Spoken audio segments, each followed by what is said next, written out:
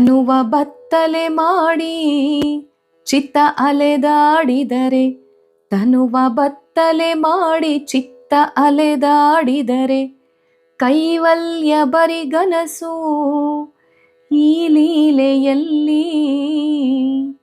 ರಜತ ಶೈಲದಿ ನಿಂತು ಬೆರಳೆಣಿಸಿದರೆ ಸಾಕೆ, ರಜತ ಶೈಲದಿ ನಿಂತು ಬೆರಳೆಣಿಸಿದರೆ ಸಾಕೆ. ಮನವೇ ಮೋಕ್ಷಾಂಜಲಿಯೋ ಮುದ್ದು ರಾಮ, ಮನವೇ ಮೋಕ್ಷಾಂಜಲಿಯೋ ಮುದ್ದು ರಾಮ. ತನುವ ಬತ್ತಲೆ ಮಾಡಿ ಚಿತ್ತ ಅಲೆದಾಡಿದರೆ, ಕೈವಲ್ಯ ಬರಿಗನಸು ಆ ಲೀಲೆಯಲ್ಲಿ. ಮನವೇ ಮೋಕ್ಷಾಂಜಲಿಯೋ ಮುದ್ದು ರಾಮ. ಮನಸ್ಸಿಗೆ ವಯಸ್ಸಾಗೋದಿಲ್ಲ ಸ್ವಾಮಿ, ನಿಜ.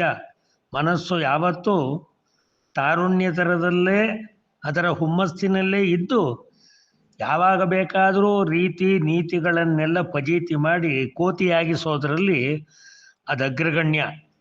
ಅದು ಯಾರ ಕೈಗೂ ಕೂಡ, ಯಾರ ಹಿಡಿತಕ್ಕೂ, ಯಾರ ಮಾತಿಗೂ, ಯಾರ ಅಂಕುಶಕ್ಕೂ ಸಿಕ್ಕದಲ್ಲೇ ಅಲಿಯತಕ್ಕಂತಹ ಅಂಡೆ ಅಲೆವ ಬಸವ. ಅವನನ್ನು ಹಿಡಿದು ನಿಲ್ಲಿಸೋದು ಕಷ್ಟ. ಆದರೆ ಆತನಿಗೆ ಬುದ್ಧಿ ಹೇಳುವಂತಹ ಒಂದು ಸಿದ್ಧಿ ನಮ್ಮ ಹೃದಯದ ಮೂಲಕ ನಮಗೆ ಸಾಧ್ಯ.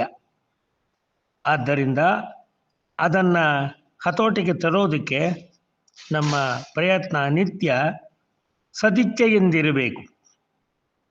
ಏನೂ ಬೇಡ, ಈ ಪದ್ಯದಲ್ಲೇ ಒಂದು ಮಾತು ಗಮನಿಸಿ. ತನುವ ಬತ್ತಲೆ ಮಾಡಿ ಚಿತ್ತ ಅಲೆದಾಡಿದರೆ, ನೋಡಿ, ಆಸೆ ಅನ್ನೋದು 100, ಆದರೆ ಸಾಧನೆ ಅನ್ನೋದು ಒಂದು ಸೂರಿಗೂ ಕೂಡ ಎಟಕದಲ್ಲೇ ಇರೋಷ್ಟು ಒಂದು ಚೂರು. ಒಂದು ಪದ್ಯ ಇದೆ, ತನುವನೊಂದು ಬಿಲ್ಲು ಮಾಡಿ ಪ್ರಾಣ ಬಾಣವನ್ನು ಹೂಡಿ ಕಾಲ ಪುರುಷ ನೆಳೆದ ಹಾಗೆ ದೇಹ ಬಾಗಿ ಹೋಗಿದೆ. ಗಳಿತ ಫಲದ ತರುವಿನಲ್ಲಿ ಶಿಶಿರ ಕುಳಿರ ಗಾಳಿಯಲ್ಲಿ ಎಲೆಗಳುದರಿ ರಸವಿಹೀನ ತರುವಿನಂತೆ ತನುವಿದೆ. ಇಂಥ ಒಂದು ತನುವಿಗೆ ಯೌವನದಂತೆ ಓಡಾಡಬೇಕು ಅಂತ ಹೇಳಿದರೆ ಸಾಧ್ಯ ಆಗುತ್ತೆಯೇ? ಇಲ್ಲ. ಅದರಿಂದ ದೇಹ ಮತ್ತು ಮನಸ್ಸಿನಲ್ಲಿ ಒಂದು ಮಾತಿದೆ. ಯೌವನದಲ್ಲಿ ಮನಸ್ಸು ಹೇಳಿದಂತೆ ದೇಹ ಕೇಳಬೇಕು, ವಯಸ್ಸಾದ ಮೇಲೆ ದೇಹ ಹೇಳಿದಂತೆ ಮನಸ್ಸು ಕೇಳಬೇಕು.